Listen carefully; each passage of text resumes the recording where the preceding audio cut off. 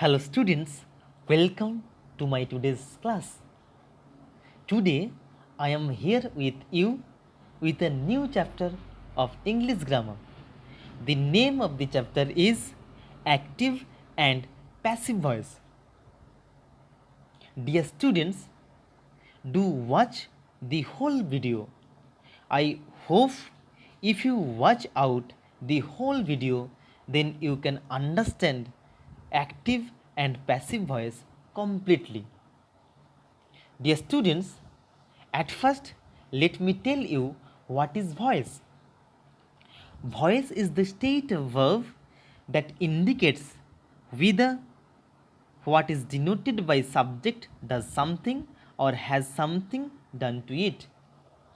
Voice verb का वो state है जो इंडिकेट करते हैं सब्जेक्ट किसी काम को एक्शन को कंप्लीट किया, ये सब्जेक्ट के द्वारा कंप्लीट करवाया गया.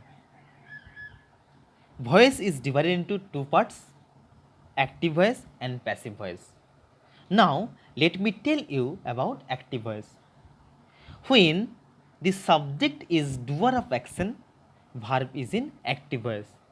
जब सब्जेक्ट ही एक्शन का डूअर रहते हैं, देन उस वर्ब को एक्टिव वॉइस वर्ब कहते हैं. यहाँ पे एग्जाम्पल देख लेते हैं. He plays carrom. यहाँ पे क्या है, सब्जेक्ट ही इस एक्शन को डूअर है. Then this verb is called active voice verb. Now go to the next one. What is passive voice? When the subject is the undergoer of the action, the verb is in passive voice. जब subject ही action का अंडरगोअर है, then उस verb को passive voice verb कहते हैं. जैसे example में क्या, carrom is played by him. यहाँ पे क्या है ना, कैरम को खेला गया है उनके द्वारा. सो ये जो एक्शन है, यहाँ पे सब्जेक्ट जो है वो अंडरगोअर है. सब्जेक्ट को जो है वो अंडरगोअर ऑफ एक्शन है, तो it is called passive voice. Now we have to know some general rules. जैसे एक्टिव वॉइस सेंटेंस को अगर पैसिव वॉइस सेंटेंस में चेंज किया या पैसिव वॉइस सेंटेंस में एक्टिव वॉइस में चेंज किया, तब सब्जेक्ट या सब्जेक्ट को ऑब्जेक्ट या ऑब्जेक्ट को सब्जेक्ट में चेंज करना पड़ता है. उसका ही कैसे चेंज किया जाता है उसको एक झलक देख लेते हैं. जैसे कुछ प्रोनाउंस है उसको कैसे चेंज होता है. जैसे आई अगर रहे सब्जेक्ट, आई को ऑब्जेक्ट में चेंज करने के लिए मी चेंज करना पड़ेगा. जैसे मी को अगर सब्जेक्ट में चेंज करना पड़ेगा तो आई में चेंज करना पड़ेगा. जैसे वी को आस, यू को यू ही रखना पड़ता है, ही को हिम, सी को हर, दे को देम. ऐसे वाइस पिछड़ा होता है. देम को दे, हर को सी, हिम को ही, यू को यू ही रहता है, आस को उई, ऐसे भी होता है. ये छोड़ के जो नाउन रहता है उसका कोई चेंज नहीं होता. जैसे बॉय, बॉय रहते हैं, बॉय, बॉय का सब्जेक्ट फॉर्म क्या आता है, ऑब्जेक्ट में भी बॉय ही रहते हैं, इसका कोई चेंज नहीं होता. So dear students, I think it is understood. Now go to the next one. General structure of active voice sentence and general structure of passive voice sentence. जो एक्टिव वॉइस सेंटेंस होता है या passive voice sentence है उसका general structure क्या होता है. और एक चीज यहाँ पे बोल दे रहा हूँ, उसी एक्टिव वॉइस वर्ब को पैसिव वॉइस वर्ब में चेंज कर सकते हैं जो वर्ब ट्रांजिटिव हो, मीन्स जिस वर्ब का ऑब्जेक्ट रहे, उसी वर्ब को हम लोग पैसिव वॉइस वर्ब में चेंज कर सकते हैं. सो एक्टिव वॉइस जो वर्ब होता है उसका सेंटेंस कंस्ट्रक्शन क्या होता है, पहले सब्जेक्ट होता है, उसके बाद वर्ब होता है, उसके बाद ऑब्जेक्ट होता है. ये जनरल स्ट्रक्चर है. इसको कैसे चेंज किया जाता है, जो ऑब्जेक्ट होता है ऑब्जेक्ट को किस में टर्न करना पड़ता है, सब्जेक्ट में टर्न करना पड़ता है. उसके बाद क्या, उसके बाद ये जो टेंस है उस टेंस के आधार में ऑक्सिलरी वर्ब को लेना पड़ता है. जैसे सिंपल प्रेजेंट टेंस हो या सिंपल पास्ट हो, according to the tense auxiliary verb must be put. Then verb का कौन सा फॉर्म यूज करना चाहिए, हमेशा वर्ब का थर्ड फॉर्म, एक्टिव वॉइस से पैसिव वॉइस में चेंज करना है तो हमेशा वर्ब का कौन सा फॉर्म यूज करना है, थर्ड फॉर्म यूज करना है। जो मेन वर्ब है उसका थर्ड फॉर्म यूज करना। उसके बाद जो सब्जेक्ट था उसको क्या करना पड़ेगा, सब्जेक्ट को ऑब्जेक्ट में बदलना पड़ेगा। उसके लिए क्या करना पड़ेगा, बाय देके उस सब्जेक्ट को ऑब्जेक्ट में चेंज करना पड़ते हैं। So general rule to change active voice verb into passive voice verb is understood. So now go to the next one, how to change active voice verb into passive voice verb as per the tense। Tense के आधार में कैसे होते हैं थोड़ा देख लेते हैं। जैसे simple present tense, simple present tense में होता है क्या ना, यहाँ पे ऑक्सिलरी वर्ब क्या होगा, इज, एम, आर, इसको केवल ले आना पड़ेगा, बाकी सब ठीक ही है। जैसे he plays cricket, he plays cricket, यहाँ पे ऑब्जेक्ट क्या है, क्रिकेट। लेकिन ऑब्जेक्ट कैसे पता चलता है, ऑब्जेक्ट को पता करने के लिए ये जो वर्ब है, वर्ब को क्वेश्चन करना पड़ेगा। क्या देके, व्हाट और हुम देके, व्हाट और हुम देके क्वेश्चन पड़ेगा, क्वेश्चन करना पड़ेगा किसको, वर्ब को। अगर आंसर मिले, जो आंसर मिलेगा वही है ऑब्जेक्ट। तो यहाँ पे ऑब्जेक्ट क्या है, क्रिकेट। तो ऑब्जेक्ट को पहले सब्जेक्ट में चेंज करना पड़ेगा, क्रिकेट, क्रिकेट। उसके बाद क्रिकेट के बाद क्या हो सकता है, is played by him. So understood this one. So go to the next one, simple past. Simple past में भी ऑलमोस्ट बराबर रूल्स है, केवल यहाँ पे एम इज आर की जगह में वाज एंड वेयर होते हैं। जैसे ही हेल्प्ड मी, इसको अगर चेंज करना है तो क्या करना होगा, यहाँ पे ऑब्जेक्ट क्या है, मी है, किसको हेल्प किया ना, मुझे। मी को अगर सब्जेक्ट में चेंज करना करेगा तो किस में चेंज करना है, मी को आई में चेंज करना है, आई। उसके बाद आई के बाद क्या हो जाता है, वाज या were, was, I was helped by him. So dear students, it is understood. Now go to the next part, simple future. Simple future में क्या होता है, सिंपल फ्यूचर में शैल या विल के बाद बी यूज होता है। जैसे ही विल हेल्प मी, यहाँ पे ऑब्जेक्ट मी है, किसको हेल्प करेगा, मुझे। तो मी आएगा आई में, क्योंकि मी को सब्जेक्ट में चेंज कर रहे हैं। उसके बाद आई होता है, आई के बाद शैल या विल क्या यूज होता है, शैल यूज होता है। हम लोग जानते हैं क्या ना, आई और वी के बाद शैल होता है, बाकी जगह में जनरली विल होता है। Helped by him. So I hope you have understood this part. Now go to the next one.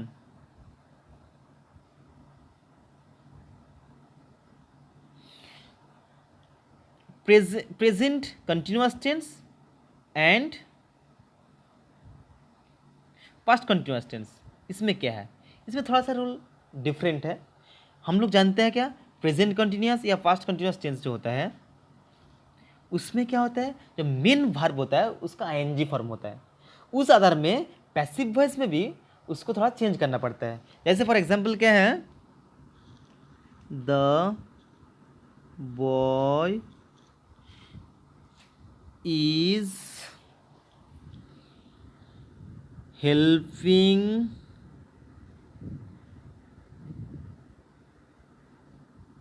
Her, the boy is helping her, boy उसको हेल्प कर रहे हैं। यहाँ पे ऑब्जेक्ट क्या है, किसको हेल्प कर रहे हैं ना, उसको, हार है। तो हार को सब्जेक्ट में चेंज करना पड़ेगा। तो सब्जेक्ट में चेंज करने के लिए क्या करना पड़ेगा ना, सी में चेंज होगा, सी। उसके बाद सी के बाद क्या होता है, इज़ा मेरा क्या होगा, हाँ इज़। उसके बाद हम लोग को देखना पड़ेगा यहाँ पे जो आईएनजी है, इस आईएनजी को हटाने के लिए क्या करना पड़ेगा ना, बीइंग का इस्तेमाल करना पड़ेगा। She is being helped by the boy. So this is clear. Now go to the next one. Fast continuous बराबर रूल्स है, केवल ऑक्सिलरी वर्ब है जो है उसका केवल चेंज है। जैसे एग्जाम्पल लिख देते हैं, दे where writing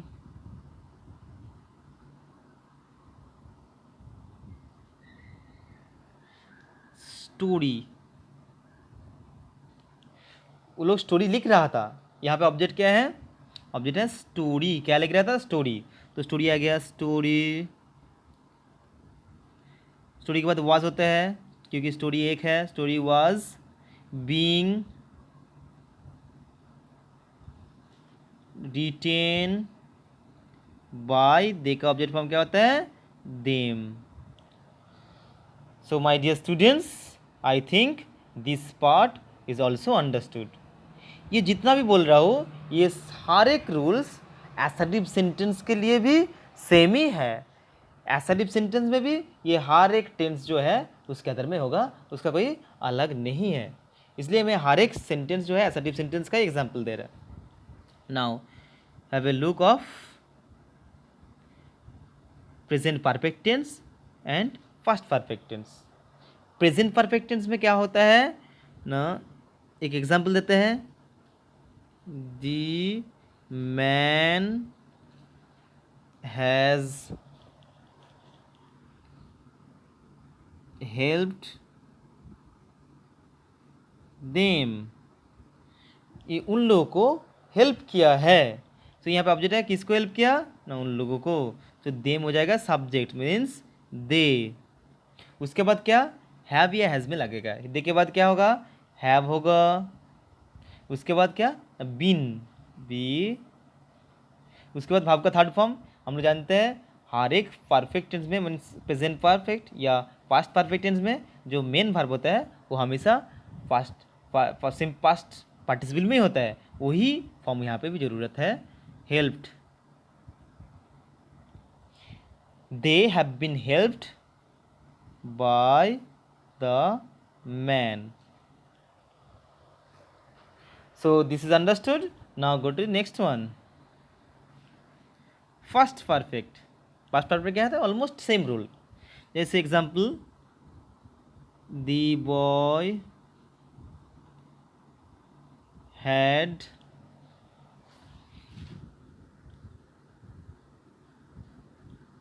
helped me। So me object है, मी को क्या करेंगे ना, सब्जेक्ट में चेंज करेंगे तो आई हो जाएगा, I had been helped by the boy। Almost same rule, कोई बहुत ज़्यादा डिफरेंस नहीं है। So now we have to go to the next part.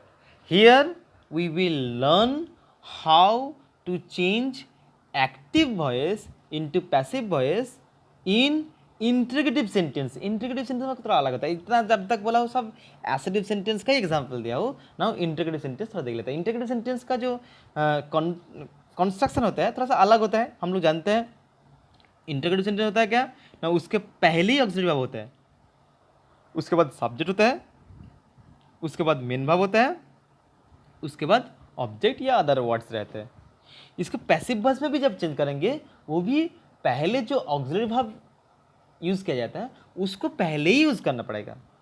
हम लोग एसर्टिव सेंटेंस में सब्जेक्ट के बाद ऑक्सिलरी वर्ब यूज़ किया, लेकिन यहाँ पे जो सब्जेक्ट है उसको पहले ही एज पर the construction auxiliary verb use करना होगा। जैसे for example, is he playing football. क्या वो फुटबॉल खेल रहा है, तो यहाँ ऑब्जेक्ट है क्या, क्या खेल रहे हैं ना, फुटबॉल। ये है ऑब्जेक्ट, तो फुटबॉल पहले आएगा, लेकिन याद रखना पड़ेगा फुटबॉल के पहले भी ऑक्सिलरी वर्ब यूज़ करना पड़ेगा। यहाँ पे ये टेंस क्या है ना, प्रेजेंट कंटिन्यूअस टेंस है। प्रेजेंट कंटिन्यूअस टेंस में वी वर्ब क्या हो जाता है, मीन्स ऑक्सिलरी वर्ब क्या हो जाता है, इज, एम, आर होता है। तो फुटबॉल अगर होता है, फुटबॉल के बाद या फुटबॉल के बाद कौन सा ऑक्सिलरी वर्ब लग सकता है ना, इज लगता है, ये इंटरोगेटिव सेंटेंस है तो पहले ही इसको यूज करना पड़ेगा, इज फुटबॉल। उसके बाद एज पर द रूल ऑफ टेंस हमको यहाँ पे क्या करना पड़ेगा, बीइंग यूज करना पड़ेगा, बीइंग प्लेड बाय हिम। यहाँ पे एक चीज़ को ज़रूर ध्यान में रखना पड़ेगा, ये जो ऑक्सिलरी वर्ब यहाँ पे भी एक्टिव वॉइस में भी पहले यूज़ हुआ, पैसिव वॉइस में भी पहले यूज़ करना पड़ेगा, लेकिन ये जो ऑक्सिलरी वर्ब किसके आधार में था, ये ही के आधार में था, मतलब यहाँ पे सब्जेक्ट के आधार में, यहाँ पे क्या ना फुटबॉल के आधार में ये ऑक्सिलरी वर्ब यूज़ करना पड़ेगा। Now we have to take a look at the sentence with WH word. WH word जिस सेंटेंस में है, इंटरोगेटिव है, उसको कैसे हम लोग चेंज कर सकते हैं ना। फॉर एग्जाम्पल देते हैं हु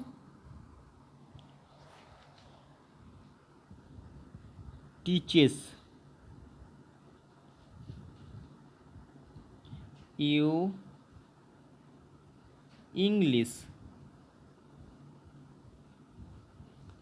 यहाँ पे हम लोग दो चीज़ बताएंगे, एक क्या है, ये WH वर्ड मतलब इंटरोगेटिव है, और एक चीज़ क्या है, यहाँ पे दो ऑब्जेक्ट है। देखिए टीचेस यू इंग्लिश, किसको पढ़ाते हैं, यू, क्या पढ़ाता है, इंग्लिश। यहाँ पे दो ऑब्जेक्ट है, जहाँ पे दो ऑब्जेक्ट है वहाँ पे क्या ना किसी एक ऑब्जेक्ट को लेके कर सकते हैं। अगर एक ऑब्जेक्ट लेंगे तो दूसरा ऑब्जेक्ट क्या होगा, दूसरा ऑब्जेक्ट ऑब्जेक्ट ही रह जाएगा, दूसरे ऑब्जेक्ट को सब्जेक्ट में चेंज करने की जरूरत नहीं।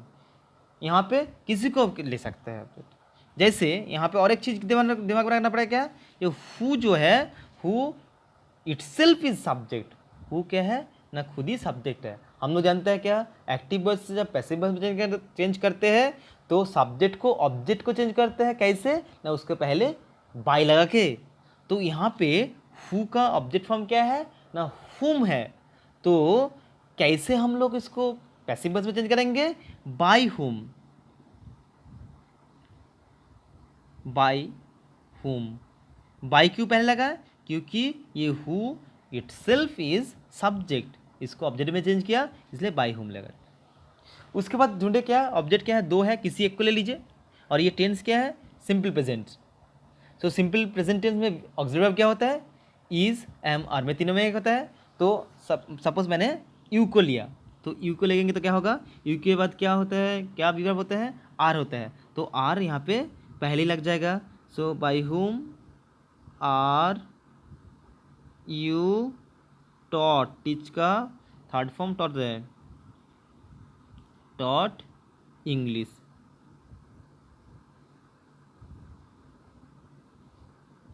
ये हो गया। अगर हम लोग इंग्लिश को अगर ऑब्जेक्ट में लेते हैं, इसको अगर सब्जेक्ट बदलते हैं तो क्या होगा ना, वो तब हो जाएगा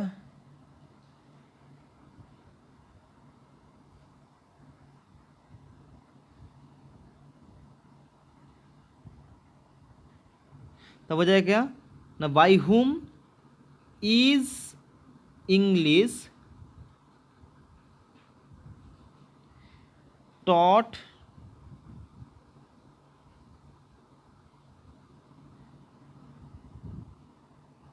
by whom is English taught to you?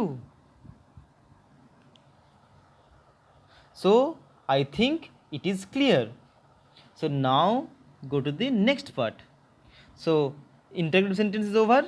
Now we have to go to imperative sentence. What is imperative sentence? हम लोग जानते हैं जो सेंटेंस रिक्वेस्ट करते हैं या आदेश देते हैं या एडवाइस देते हैं उसको हम लोग इम्पेरेटिव सेंटेंस कहते हैं। इम्पेरेटिव सेंटेंस में एक अलग गुण है क्या ना, इसका जो सब्जेक्ट है ये हमेशा छुपा रहता है, हमेशा ये सब्जेक्ट हम लोग यूज़ नहीं करते हैं, वो हमेशा छुपा ही रहता है।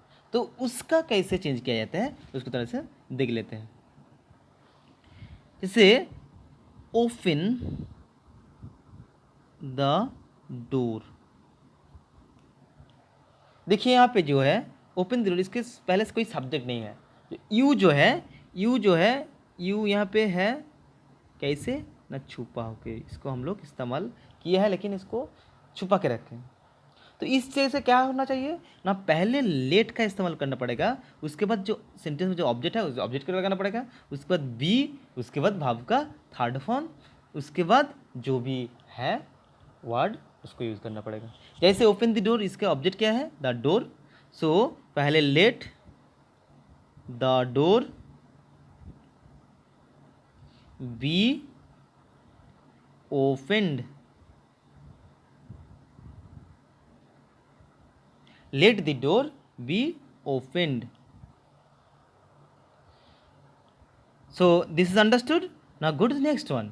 कभी कभी क्या देखते हैं हम लोग, ये भी देखते हैं ऐसे इम्परेटिव सेंटेंस होता है जिसका सब्जेक्ट भी नहीं है ऑब्जेक्ट भी नहीं है। जैसे क्या है, कम हेयर गो देयर, तो उसमें क्या होता है, से कम हेयर, इसमें देखा क्या, ना सब्जेक्ट है ना ऑब्जेक्ट है, ना सब्जेक्ट भी नहीं है ऑब्जेक्ट भी नहीं है। तो इसको हम लोग अगर पैसिव वॉइस में चेंज करेंगे तो कैसे चेंज करेंगे ना, इसके पहले इंट्रोडक्टरी यू आर का इस्तेमाल करना पड़ता है। जैसे सेंटेंस का मीनिंग क्या है उसके आधार में इसको इंट्रोडक्टरी यू आर में चेंज किया जाता है। जैसे यहाँ पे क्या कर रहे हैं, मीन कर रहे हैं, ऑर्डर मीन कर रहे हैं, तो you are ordered to come here, you are ordered to come here. यहाँ पे देख लीजिए क्या है, यहाँ पे जो मेन वर्ब है कम, इसका लेकिन यहाँ पे थर्ड फॉर्म नहीं यूज़ किया, उसके पहले क्या है ना, टू इन्फिनिटिव यूज़ किया, you are ordered to come here. इस चीज़ को हम लोग को दिमाग में रखना पड़ेगा। जैसे please come, you are requested to come.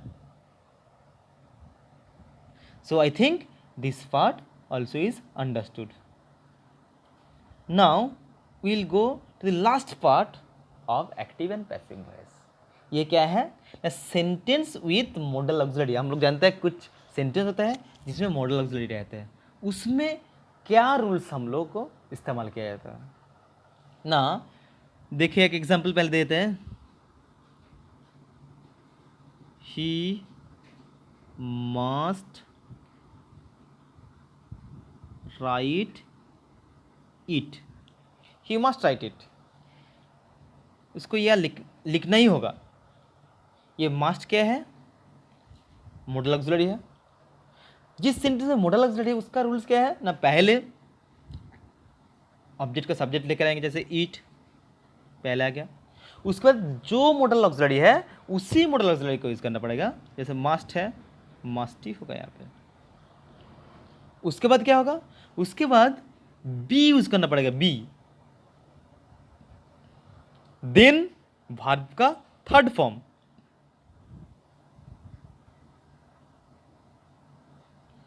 then the same rule by him। So dear students, I hope you have understood active and passive voice completely। I don't think you may have any doubt in active and passive voice। Please enjoy the video and make your valuable comment if you want any other chapters to be explained। Thank you and have a nice day।